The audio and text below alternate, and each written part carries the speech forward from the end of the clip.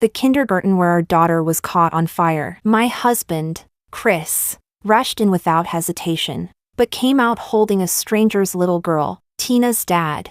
Did you get the wrong child? This is not your daughter. But my husband just held the little girl tightly, his eyes red with tears. In a flash, the face of my husband's first love crossed my mind. Later, our daughter was finally rescued by the firefighters. Her body was already charred and she had stopped breathing. Chapter 1. The hall was filled with the sound of sobbing. In the center was a photo of my daughter. Ah, it's such a pity, the child was only 5. And now, stop talking. I knew that everyone at this moment wanted to scrutinize my expression, to see how a mother like me was dealing with the devastating blow of losing her daughter. I heard the child was burned beyond recognition. How painful it must have been when she died. Every word felt like a sharp knife, stabbing into my chest. I thought I had no more tears left, but hearing these words, my eyes blurred completely, and I struggled to stand upright. As for Chris, he knelt beside me,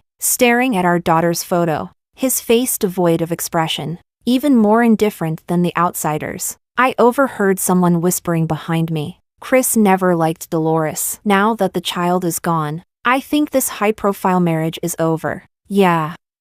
Dolores brought this on herself. She insisted on pursuing Chris to Mexico and then threatened him with the company. How can a forced marriage be happy? Chris and Flora were meant to be together. Now that the only child is gone, Chris will definitely divorce her. But the child was so young. You don't understand. For these powerful family marriages, the child is just a bridge to maintain the relationship. Now that the child is gone, Chris will definitely go back to his true love. Tears fell as I forced a smile. Yes. Back in college, Chris and Flora were in the spotlight. Although Flora's family was not wealthy, she was excellent in her studies and sweet in appearance, making her relationship with Chris sensational. Later, Chris was arranged by his family to go abroad, and Flora was warned by the Wynn family to stay in the country. I pursued Chris overseas and forced him into marriage with the promise of a family alliance. Everyone knew Chris loathed our marriage to the extreme. After our wedding,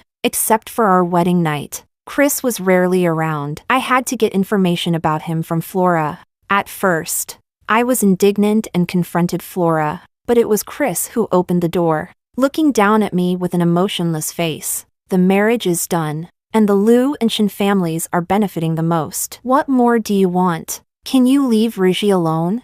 After that, I never went back. In this unbalanced and dysfunctional family, our daughter became an insecure child. She was young, but she could instantly sense who genuinely loved her. Despite her longing for fatherly love, she never dared to approach Chris, always watching him with cautious and fearful eyes. But Flora's daughter easily received the fatherly affection from Chris. Chris's love for Flora became clear to me when I saw him rush out of the fire carrying her daughter. After so many years, Chris hadn't changed at all. He loved Flora from the beginning to the end, even if it meant losing his own flesh and blood. I suddenly felt exhausted, unable to utter a single word of reproach. It was as if a small knife repeatedly cut open my heart, the pain spreading through my nerves to my entire body. My fingers trembling, my eyes filled with tears, looking at my daughter's photo. Her small, soft image seemed to reappear before my eyes. My breath caught.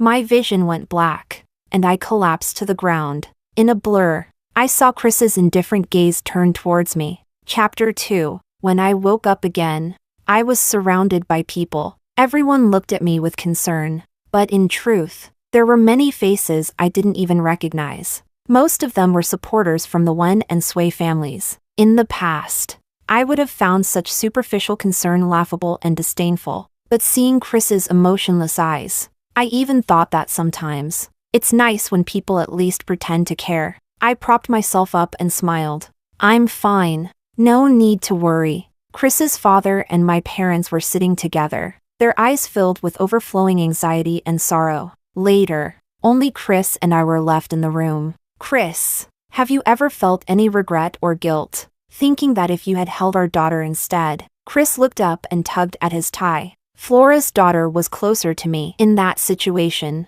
I had to choose the safest option. I smiled. Is that so? Looks like you didn't have any selfish motives. I must have misunderstood you. sensing the implication in my words. Chris's expression turned ugly. Dolores, the most important thing for you now is to make proper arrangements for Tina's funeral, not to dwell on these useless, unfounded thoughts. My phone chimed. I glanced at it. It was a photo of a girl smiling brightly. Flora had sent it. The girl in the picture was Flora's daughter. And in the photo, holding the girl with a radiant smile, was Chris. Pain and suffocation entwined me like vines. My hand clenched suddenly. Her daughter survived, while my daughter perished in that sea of fire. Her life ended at the age of 5, and in her last moments, she saw her father carrying another girl to safety. Her hands, reaching out for help, were burned by the flames. What kind of despair and fear did she feel? Chris, Flora's daughter needs you too, right? You don't need to stay here with me, wasting your time. Chris frowned. Dolores, I've told you many times not to drag Ruji into our issues. Can't you speak properly?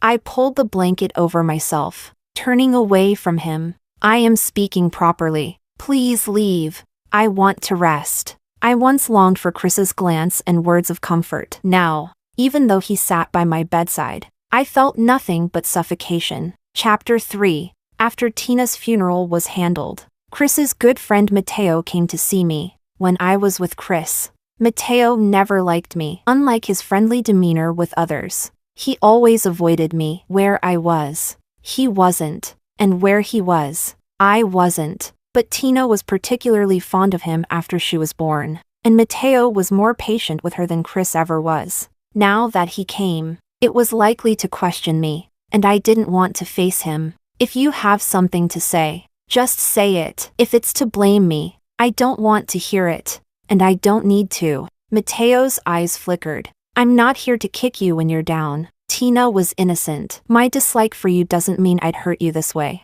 I know Chris didn't save our child. If anyone is to blame, it should be him, the father. I sat on the couch, turning my head to look out the window. Ever since Tina's death, hearing Chris's name made me feel suffocated with a heavy sense of powerlessness. All my past persistence for Chris had now become a joke, each memory silently mocking me. I just wanted to check how Tina's mother is doing.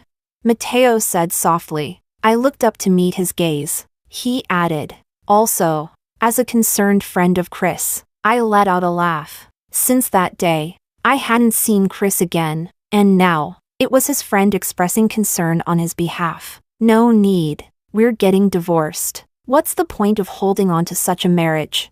I once thought that having a child would make Chris focus on our family. My daughter never felt the fatherly love others had. Now Tina is gone, and the pain of losing her made me fully realize how absurd this marriage was. A marriage that should have been supported by love lost its only son, leaving only a cold, collapsing ruin. Mateo's expression froze for a moment. Just then, the door opened. Chris's usually cold face showed a rare emotional shift. You want a divorce? He frowned. Who allowed you to make such a decision? Mateo and Chris exchanged glances. Chris's frown deepened, but he said nothing more and looked directly at me. If you get divorced, what happens to the alliance between the Liu and Su families? Isn't that what you wanted? Now you're saying you don't want it anymore? Interests? I never cared about those. Chris then answered his phone, speaking softly. Hold on. I need to get a document. You take Maddie around, and I'll pick you up later. While he spoke, his indifferent gaze remained on me. Maddie, Flora's daughter, is named Madeline. I forced a smile. Chris took the document and left, saying, stop saying things you haven't thought through. Not thought through? Tina's death brought me a clear realization. Chris, all these years, I was wrong. Completely wrong. From now on, I won't cling to this anymore. Chapter 4. When Mateo left, he handed me a business card. I suggest you go see a doctor. Your current state is very concerning. Don't ignore mental health issues. This is a friend of mine, a reputable doctor. If you need, just give him a call. If it's inconvenient, you can call me too. I just want to look out for you for Tina's sake. Don't overthink it. I nodded and accepted the card. I majored in biology and minored in psychology in college, so how could I not recognize my own issues? I understand. Thank you. I couldn't save myself. Even attempting to save myself was excruciatingly painful. Since being with Chris, my depression and anxiety had worsened. A woman who places all her focus on her family derives most of her joy and pain from it too. The joy my daughter brought balanced me, allowing me to ignore the feelings of neglect and criticism. She often jumped into my arms, pleading cutely, "Mommy, I don't want to go to school," or she would hug me with her little arms, smiling, "Mommy, I missed you so much." But now that my daughter is gone, all I have left is a heart covered in dust, devoid of any hope. Chapter 5. After that, my best friend often stayed by my side. "Oh, come on. Stop looking at your phone and chat with me, will you?" My best friend Alina hugged my arm and snatched my phone, hiding it behind her. I smiled softly. I just wanted to look at Tina's photos. Alina's smile froze for a moment. She lowered her eyes and then hugged me tightly. "Dolly, Tina wouldn't want to see you like this. Life will get better. Don't make her sad." After seeing Alina off, I picked up my phone again. I knew there was probably some news I shouldn't see. It would likely be about the so-called scandals of the wealthy, exposing the death of an heiress, accompanied by comments from netizens piling on. As I scrolled through my daughter's photos, a headline from an entertainment news alert caught my eye. Hashtag heiress's death, when heir reunites with first love hashtag. Hashtag heiress's death, when heir finds new love hashtag. The accompanying picture showed two figures walking side by side, very close. Flora's hand was clutching Chris's sleeve, her head tilted up, looking at him. I had expected that Chris would go back to Flora after our child was gone, but I didn't expect it to be so soon. While the media was extensively reporting my daughter's death, he could still reunite and fall in love with someone else. The bracelet on Flora's wrist gleamed warmly in the sunlight. I had seen it in Chris's study before. It was in a blue velvet gift box, prominently displayed on the desk. I had picked it up with a smile, only to be scolded by Chris. "Who said you could touch my things? Dolores, how many times do I have to tell you why I married you? Don't you have anything else to do?" I closed the box and left the study without a word. So it was for Flora. I remembered when I first fell for Chris in college. I always liked to show my sincerity with money, almost obsessively pursuing Chris, high profile and flamboyant, always following him around. Back then, no one knew I was the heiress of the Sway family. Everyone just saw me as another wealthy suitor of Chris. I often tugged on his sleeve. "Chris, do you have plans for lunch? Let's eat together. My treat. Do your friends want to join?" I smiled at him. Chris would knock on my head. "Are you rich or something? Treating everyone like this?" I'd curl my lips. "If I run out of money, can you cover me?" At that time, I thought Chris genuinely liked me, so I let my feelings grow wildly. Disregarding any rumors about Flora, I arrogantly didn't see any girl around him as a threat. Later, Chris's attitude toward me became more impatient and cold. "Dolores, you should spend more time on yourself. After all, you'll have to take over your family's company someday, right?" When a reporter exposed my identity, it caused quite a stir at school. I never thought Chris would use it as an excuse to avoid me. I smiled stiffly. "Take over what? Are you angry? I should have told you." But I was afraid it would create a distance between us. He coldly interrupted. "I don't care about that. What I mean is, don't follow me around anymore." As I was about to follow him, Flora linked her arm through his. Flora naturally clung to Chris. With her academic excellence, looks, and gentle demeanor, they truly matched. "See, I told you. Flora is the one. Dolores is too strong-willed for Chris." "Yeah, Flora and Chris have known each other for a long time, right?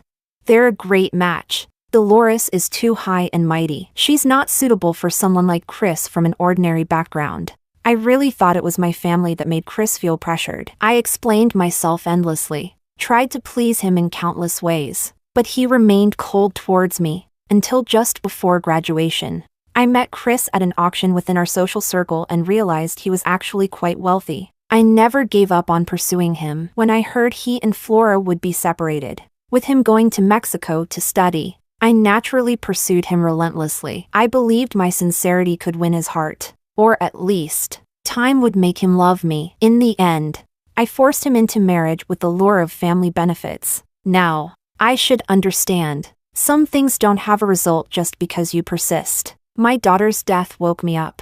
I picked up the phone and dialed. Lawyer White. Please draft a divorce agreement. Chapter 6. I moved out of the Wynn family home, taking all of my daughter's belongings with me. Just as I was about to leave, I ran into Chris. He was holding some documents and angrily grabbed my hand, slamming the door shut. Chris loosened his tie forcefully, looking down at me with a commanding gaze. He threw the documents on the table. What is this?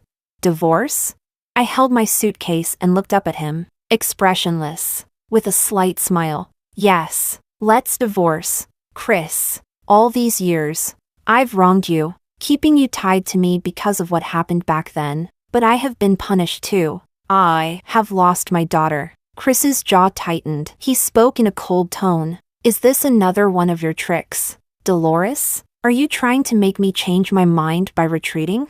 Mentioning the past. Chris clenched his fist. Do you think an apology can erase what happened back then? I don't want to talk about it. Anyway, I don't want to hear it. I don't agree to the divorce. And you need to calm down. Stop bringing me these ridiculous agreements. Tears started falling from my eyes in large drops. Even I was surprised. Not knowing where these emotions were coming from, I suppressed the suffocating feeling in my chest. Speaking slowly. I've stubbornly clung to you all this time. Chris, I've realized my mistake. I'm letting you go. You can be with Flora. I will take the blame upon myself, so no one will stand in your way. Is that okay? Chris stared at me for a long time. After a prolonged silence, he seemed to smile. Dolores, I'll ask you one last time. Do you really want a divorce?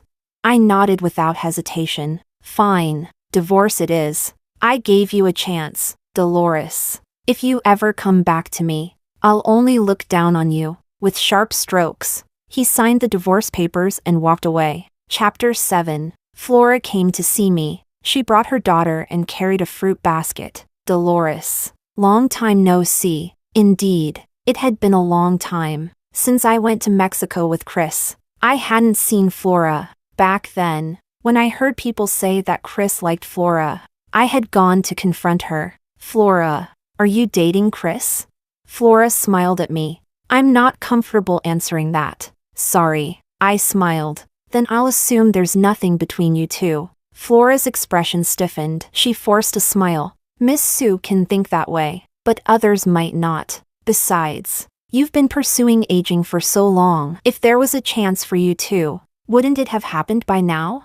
If he really liked you, why would he let the rumors about us persist?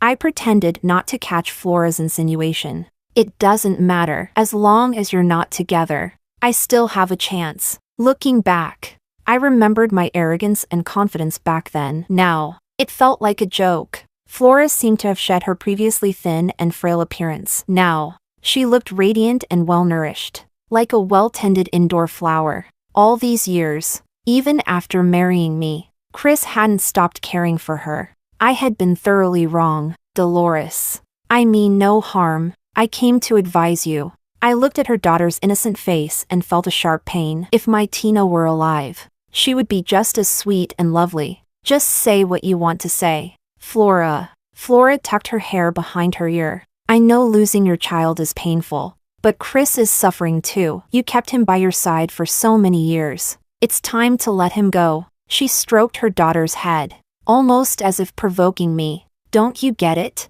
The one who survived is my daughter, who has no blood relation to him. Flora's words stabbed my heart like a knife. Let us be, Dolores. He never loved you, and now you've lost your only bargaining chip. Why humiliate yourself?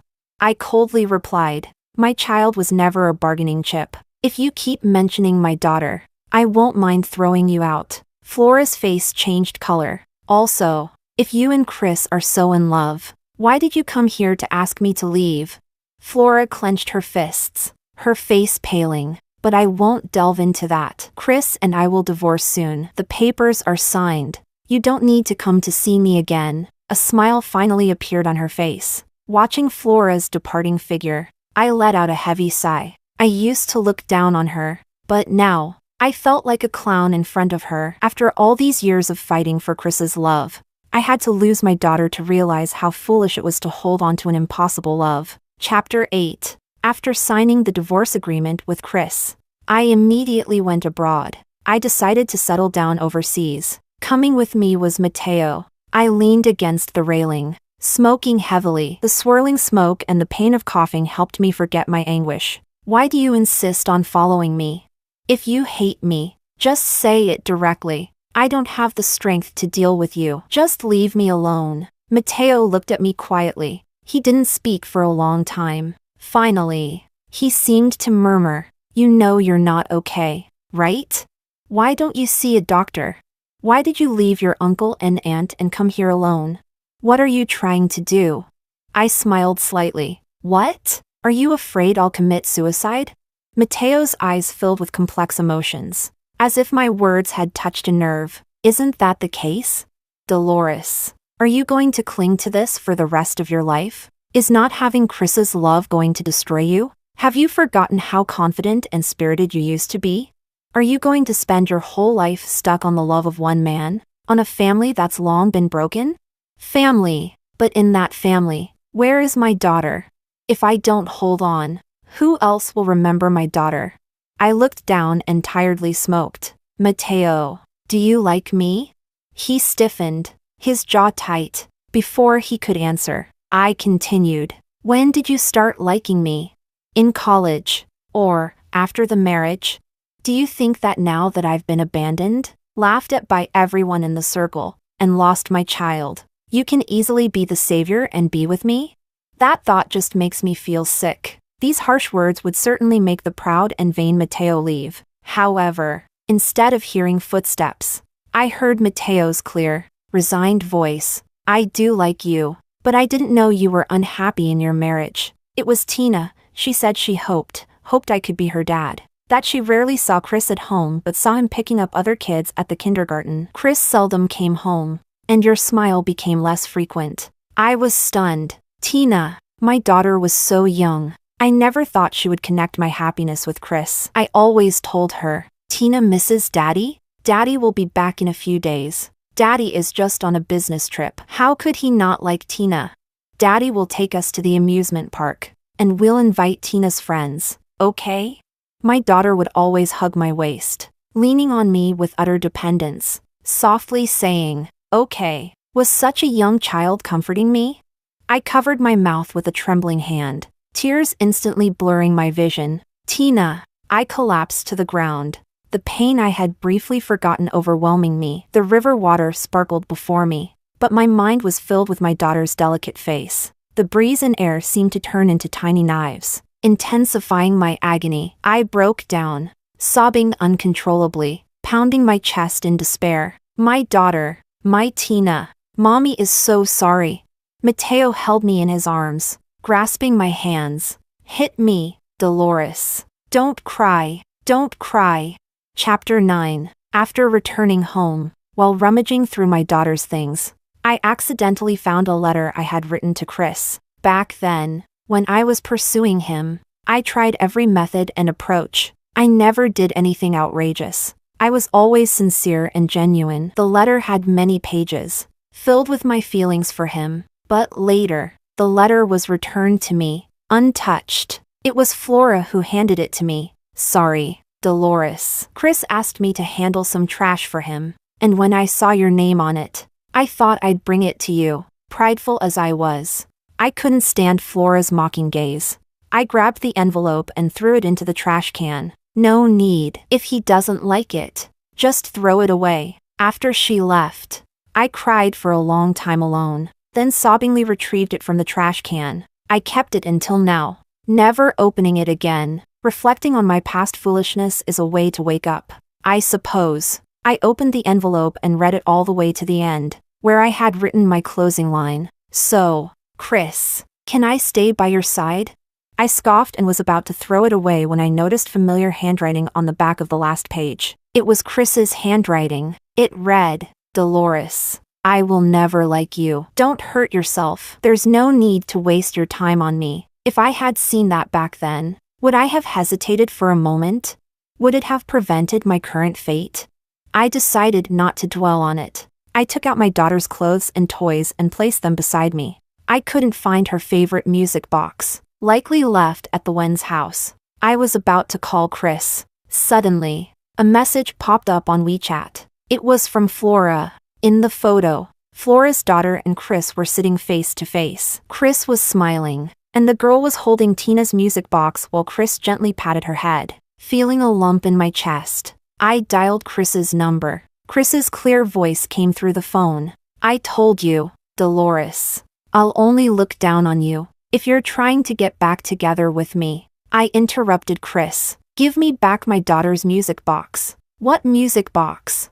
The music box Flora's daughter is holding. Chris paused. It's just a music box. You took so many of Tina's things. This child likes it, so I let her play with it. I took a deep breath. That's my daughter's thing. Chris, you can't just give it away. You don't have the right. Fine. If you want it, come get it yourself. Chapter 10. I bought a ticket to return to the country the next day. Mateo insisted on coming with me. I felt irritated. Mateo, do you like me? I asked maliciously. When did you start liking me? In college. Or after the marriage? Do you think that now? Having been abandoned, laughed at by everyone in our circle, and having lost my child, you can easily be the savior. Seeing Mateo's increasingly strange expression, I froze. My mind was in turmoil, images replaying before my eyes. These words, I seemed to have said them exactly the same way before. Mateo grabbed my arm, his eyes overflowing with concern. Dolores. My fingertips trembled uncontrollably, but I couldn't remember when it had happened. I desperately tried to recall, but the fragments vanished, leaving a blank space. Tears slid down my cheeks, and Mateo held me tightly in his arms. We're going to the hospital. We're going now. Chapter 11. Dissociative amnesia and severe depression. I stared at the diagnosis slip for a long time. I tried to curl my lips into a mocking smile, but it felt as if I had no strength left. Mateo held my hand tightly, more anxious than I was. We'll get treatment, okay? Let's do it for Tina. A flicker of light appeared in my eyes as I recalled the times Mateo came to take Tina out to play. Uncle, can we ask Mommy to come with us? I want the three of us to go out and play. Mateo would usually glance at me without any emotion and then gently pinch Tina's cheek. Your mommy doesn't really want to go out. Uncle will take you, and we'll have even more fun, okay? Back then, I never delved into Mateo's gaze. Now that I think about it, it seemed the same as before. His eyes always carried a hint of probing, nervousness, and gentleness. I nodded. Okay. Chapter 12. Dissociative amnesia was worse than I thought. That day, it was raining. Mateo and I were out for a walk. The light drizzle turned into a downpour, and we took shelter under a pavilion. In a daze, I suddenly remembered something and grabbed Mateo's hand. It's all your fault. You insisted on taking me out, and I forgot to pick up Tina. Mateo's expression froze, his eyes trembling for a moment. Dolores, where are you going to pick up Tina?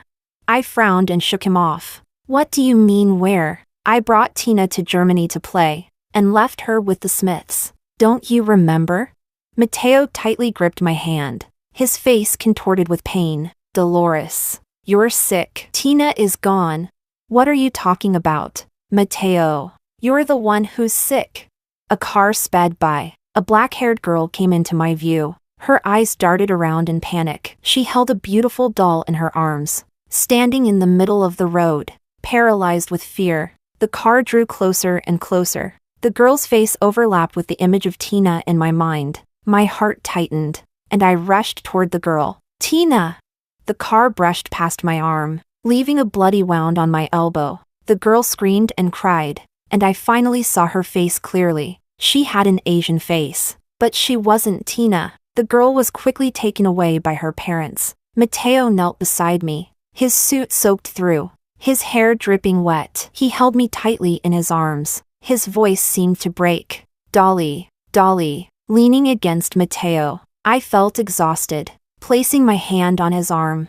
I remember now. Tina is gone. Chapter 13. When I woke up again, I was lying in a hospital bed. I frowned and rubbed my forehead. I felt sore all over. The room was empty, but I could hear arguing outside the door. I threw back the covers, stood up, and walked closer. A familiar voice reached me. Mateo. What do you mean? Do I need your permission to see Dolores?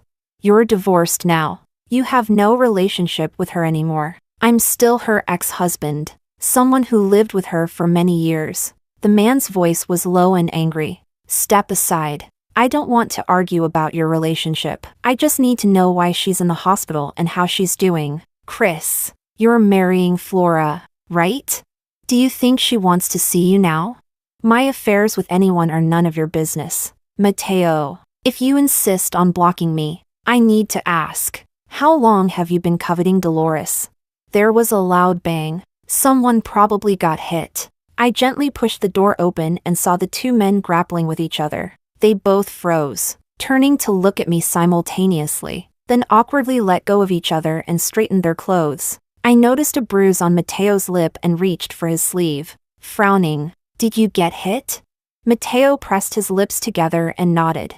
The man opposite, called Chris, was staring at me intently. I looked at him curiously and then asked Mateo, "Who's this?"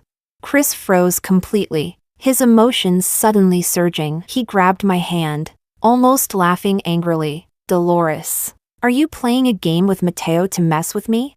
I yanked my hand away, pressing my lips together without speaking, just feeling annoyed. Chris glared at me, his anger almost palpable. Say something.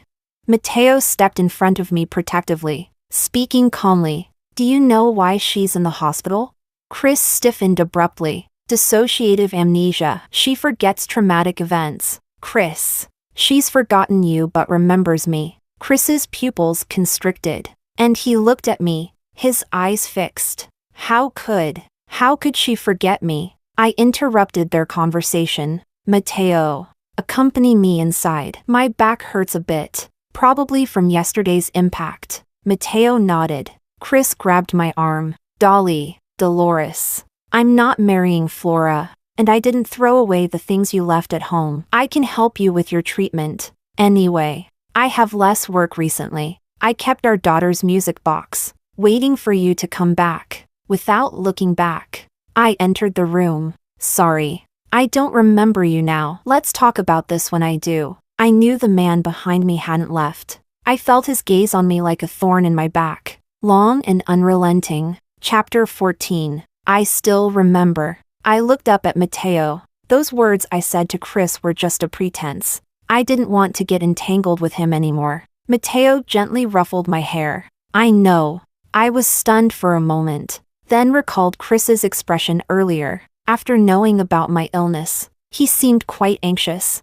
When we first got married, I would look forward to him coming home every day. But he was always spending time with Flora. I often pretended to be sick to trick him into coming back. All I got was, Dolores, just hold on. If you die at home, I'll just have someone carry your body out. Later, even if I was really sick, I wouldn't get a single concerned look from him. Only Tina would grasp my hand with her little fingers, pressing her soft cheek against mine, gently calling me mommy. Tears streamed down as I thought of Tina. All I felt was endless heartache and pain. What mother can live peacefully in the world after losing her daughter?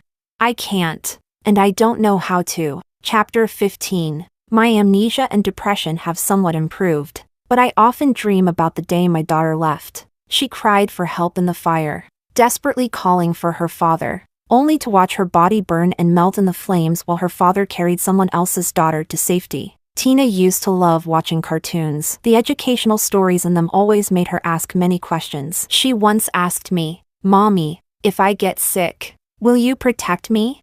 Our Tina won't get sick, but if you do, Mommy will definitely protect and take care of you. What about Daddy?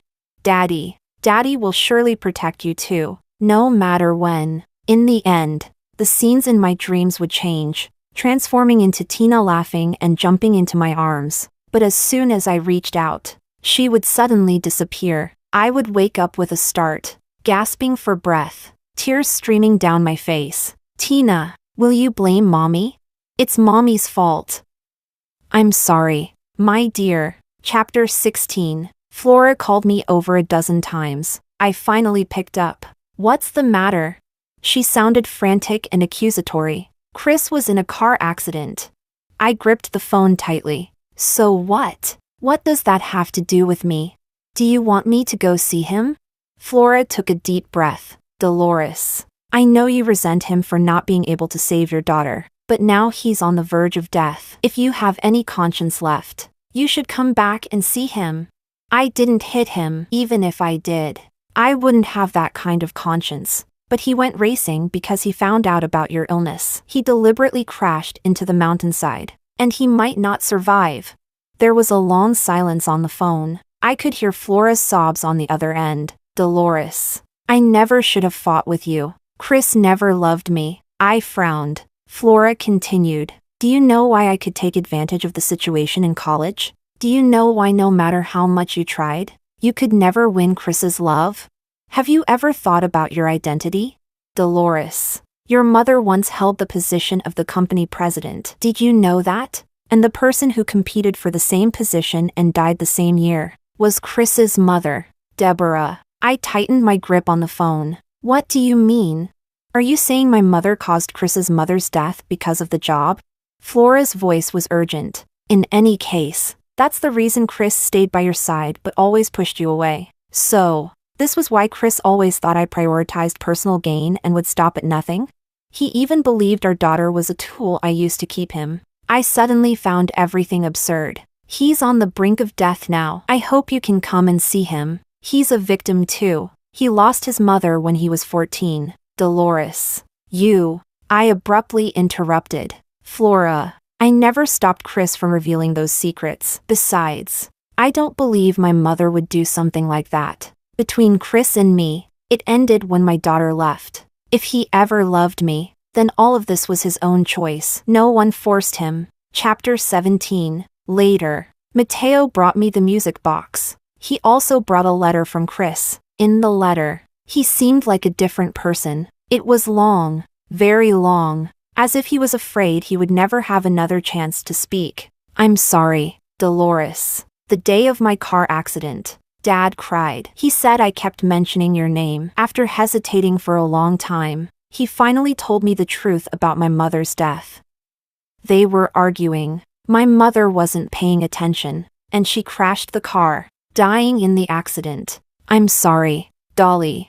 I'm sorry. I could never come to terms with my mother's death, and I projected all those complicated emotions onto you. I love you. From the moment you approached me, from that moment on, my eyes were always on you, but I could never accept that I had fallen in love with you. So I kept tormenting you and myself. The day Tina left. I know this sounds like an excuse. I didn't see our daughter then. Flora's daughter was closer, and I saved her child. The reason I was always close to Flora was because my mother was once helped by her parents. Dolores, when I saw you sick and forgetting about me, an unprecedented fear and panic surrounded me. I couldn't accept you forgetting me. I'm sorry. I know that saying more is futile. This car accident is my way of atoning. I've lost my legs and will never be able to stand again. Would you turn back once more out of pity for me?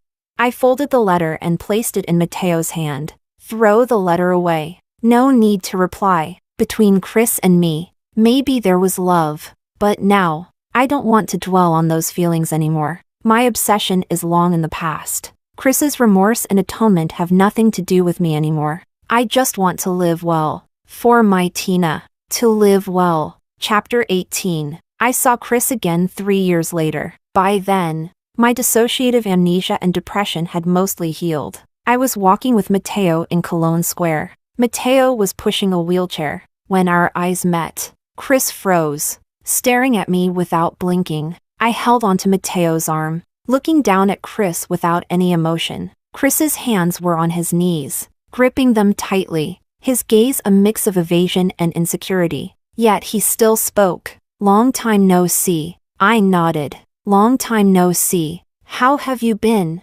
Pretty well. Chris's eyes flickered, filled with guilt and regret. Back then, that letter. Let's not talk about the past. Between us, it ended a long time ago. Tears fell from Chris's eyes, and I looked away without any emotion. Pigeons surrounded the fountain nearby. In that instant, white doves took flight, toward the bright blue sky, toward the sunset. Their fluttering tails reminded me of what my daughter once said. "Mommy, I want to be like a white dove too, flying high and far. So amazing. Mommy, you be the dove, Mommy. Let's fly far away together." Tina, Mommy is listening to you, flying toward freedom, toward the distance, higher and farther. In a certain moment, in an instant, at every choice I make, Tina seems to be by my side, always, in another way, by my side.